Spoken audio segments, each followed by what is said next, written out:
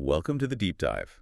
Today we are getting into a topic that is, well, it's pretty high stakes and can be intensely emotional for a lot of people. We're talking about navigating the holidays, specifically Thanksgiving, when you're in addiction recovery. Okay, so let's unpack this. We're going to move way beyond just, the simple idea of be grateful and have a good time. Because for someone who's really focused on their sobriety, Thanksgiving can be a really complex environment. It's like a collision of high expectations, old family patterns, and a ton of potential triggers. That's exactly right. The insights we're looking at today, especially from the kind of holistic approach you see at places like New Life Recovery Centers in San Jose, they frame this season so realistically. Which is what you need, realism. Yes. They acknowledge that the holidays can bring comfort, sure, but also some pretty considerable challenges. But they also see this time as a really profound opportunity for healing. A chance to do what, exactly? A chance to really honor the progress you've made and to, unapologetically claim your own self-worth in the middle of all that chaos. So our mission today is pretty clear. We want to distill all these ideas into actual actionable steps. We want you to walk away from this feeling grounded, feeling equipped, and really ready to move through the holiday, not just surviving it, but actually thriving. Armed with the right mindset. Exactly. So let's start with the emotional reality. Because if we don't name the difficult stuff, all the other advice just feels kind of hollow. It really does. So what are some of those heavier, less, festive emotions that can come up for people in recovery? Oh, it's often a whirlwind. I mean, we see a lot of grief, real profound grief for time that was lost, especially if past holidays were difficult. Right. Then there's guilt. Lingering guilt about things that happened in the past and just this huge worry about family dynamics. What's going to happen this year? And the loneliness, too, even in a crowded room. That's a huge one. The loneliness can be so acute, especially if you're trying to manage triggers in a place where maybe alcohol is a big part of the celebration. It sounds like the very first step, then, is just permission. Permission to feel all of it, not just the happy parts. Precisely. The core message from recovery experts is that you have to honor all the emotions. The comfortable ones and the really uncomfortable ones. Why is that so important? Because when you try to suppress the painful stuff, that's what leads you right back to the old coping mechanisms. Honoring it, just acknowledging it, is what keeps shame from taking over. And from that, the source material gives us 4 sort of structural permissions you can claim. These aren't just ideas, they're like active defense mechanisms. They absolutely are. So the first one is permission to physically step away and just breathe if you feel overwhelmed. No explanation needed. I love that. No explanation needed. The second one, and this is a game changer for so many people, is the right to create your own meaning for the holiday. To just refuse to absorb everyone else's expectations. And the third? The third is keeping your recovery-centered boundaries without feeling guilty about it. And the fourth, which I think is so powerful, is permission to actively choose peace over pressure. Choose peace over pressure. That feels like taking back control, doesn't it? It's a huge shift, yeah. It moves you from being sort of a passive victim of the holiday chaos to the active director of your own well-being. And that reframes the whole idea of gratitude. Because if gratitude is just forced cheerfulness, it's just one more pressure. Exactly. So how does the source define gratitude here? It's more than just a simple thank you, right? It's a complete internal reframe. Instead of focusing on, external things, this kind of gratitude is an active practice. It's about grounding, reflection, and building your own strength. So you're grateful for your own resilience. Yes. It's about acknowledging how far you've come, the tough choices you've made, the person you are actively building. It's not about ignoring the past struggles. It's about seeing the strength it took to move through them. That feels so much more empowering. It is. It helps you reclaim your power. Every little victory, every boundary you set, every healthy choice you make, that is what you practice being grateful for. It's an internal nod to your own agency. Okay, that focus on agency is a perfect bridge to the tactical plan. Because resilience is great, but when the chaos starts, you need actual tools. You really do. So let's talk about that toolkit for difficult family situations. Because those old triggering environments can pop up so fast. Preparation is everything. And let me be clear, anticipating difficulty isn't being negative. It's self-care. It's being smart. It's being smart. So step 1 is emotional prep. Before you even go, spend some quiet time thinking about past challenges. What people, what topics, what time of day tends to test you. You're walking in with your eyes open. Exactly. You're centered and prepared, not reactive. Then comes step 2, which is the foundation of everything, setting boundaries that actually honor your well-being. And we have to stop seeing boundaries as these big mean walls we put up.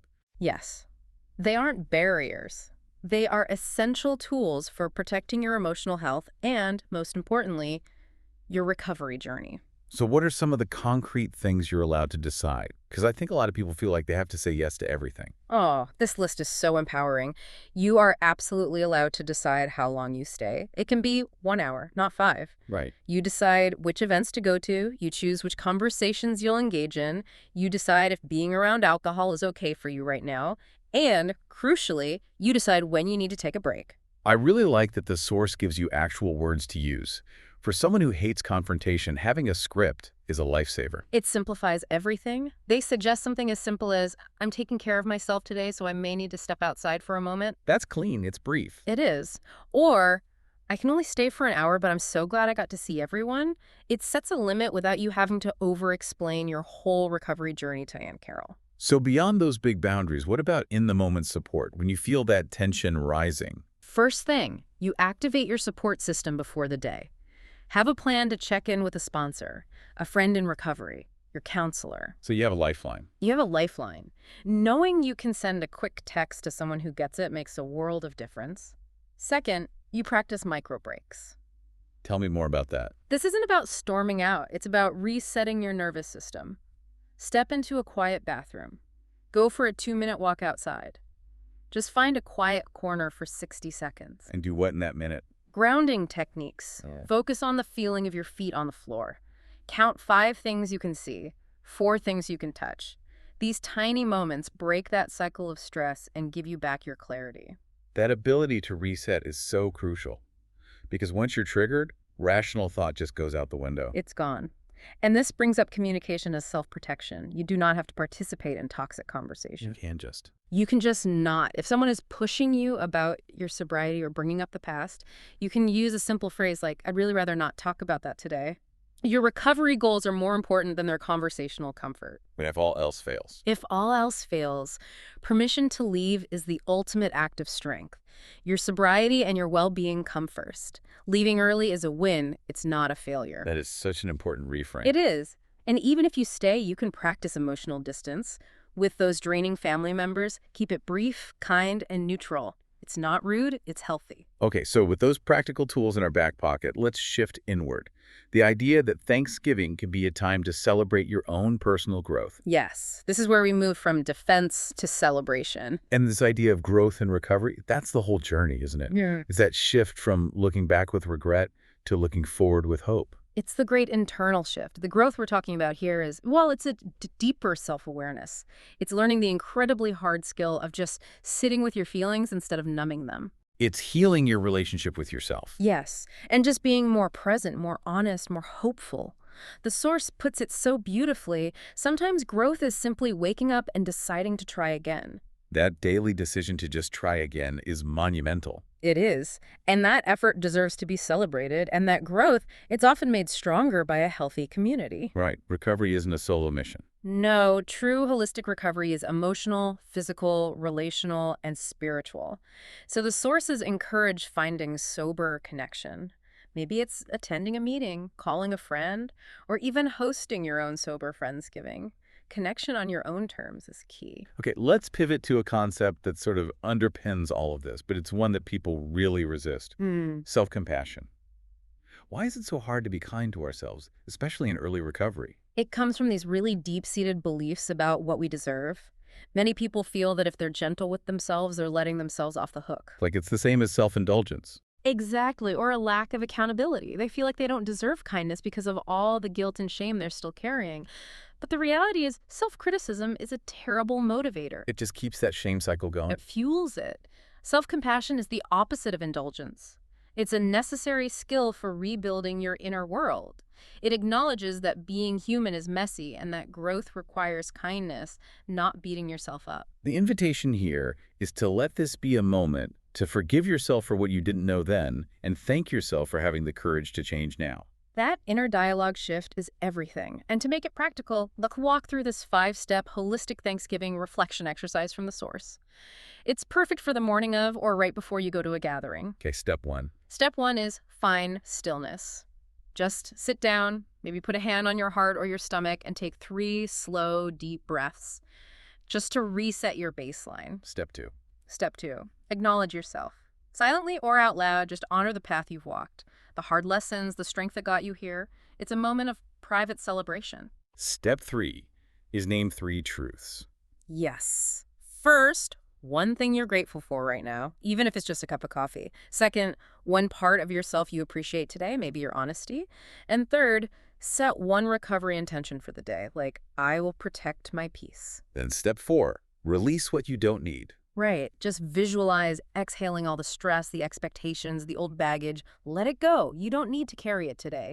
And finally, step 5 is to connect. You just close the practice by thinking of one person, one place, or a memory that brings you comfort and hope. It's a simple way to enter the day feeling centered and confident. That whole exercise really captures the overall message of hope, doesn't it? That recovery is about progress, not perfection. Exactly. Healing is happening, gratitude can grow, and you deserve peace. So all of these insights, this whole philosophy, it's incredibly powerful, but it's also backed by real-world professional support. It feels important to connect this back to how organizations like New Life Recovery Centers actually build a system around this. That's the crucial link, right? These aren't just theories. They're integrated into comprehensive care. New Life, for example, has been doing this for over 20 years. Their entire approach is built on compassion, dignity, and a long-term sustainable view of healing. So if someone listening is looking for that kind of support, what sort of programs do they actually offer? They have a full continuum of care, which is so important. It meets you wherever you are. That includes the critical first steps like alcohol and drug detox and inpatient residential treatment. For when you need that intensive, stable environment. Absolutely. But they also have flexible options like day treatment and their Superflex intensive outpatient program, which is huge for people trying to balance recovery with work or family. And what are the main focus areas? They cover the full spectrum: chemical dependency, alcohol, and drug abuse, and they have specific treatment for fentanyl addiction. And they really emphasize the family component with family programs and an alumni program for ongoing support. When someone decides they need help, the logistics can feel so overwhelming. How does a person even get started with a place like New Life? And what's the deal with insurance? They make getting started really low pressure. It just begins with a confidential chat with an addiction specialist to figure out the best path forward. And for access, they accept most major commercial insurance plans. That's vital information. It is. They're in network with a lot of major carriers, and they work with PPO plans, EAPs, union plans. They really try to maximize access for people with commercial coverage. But there is one important caveat people should know. Yes, and it's important to be clear about this. Their services are structured for commercial insurance plans, so they cannot accept Medicare, Medicaid, or Medi-Cal. Okay, so that gives you a really clear picture of how to access this kind of philosophy-driven support. So to just summarize our whole deep dive here, remember the 2 biggest tools you have for the holidays are your boundaries firm and decided beforehand, and the daily practice of radical self-compassion. Protecting your peace is the #1 priority. It is the ultimate act of strength. You are so worthy of this new life you're building. You deserve to feel safe and grounded. And if you or someone you know is thinking about this journey, you can always reach out for a confidential consultation or a free insurance check with New Life Recovery Centers in San Jose. And we'll leave you with a final thought, one that comes straight from this idea of creating new traditions. If recovery is all about intention and progress, what is one single, small, new tradition you can create this holiday? Maybe it's that 5-step morning reflection. Maybe it's a quiet walk by yourself after the meal that truly serves your healing instead of just meeting old, stressful expectations. Think about that and then go make that one small change for yourself.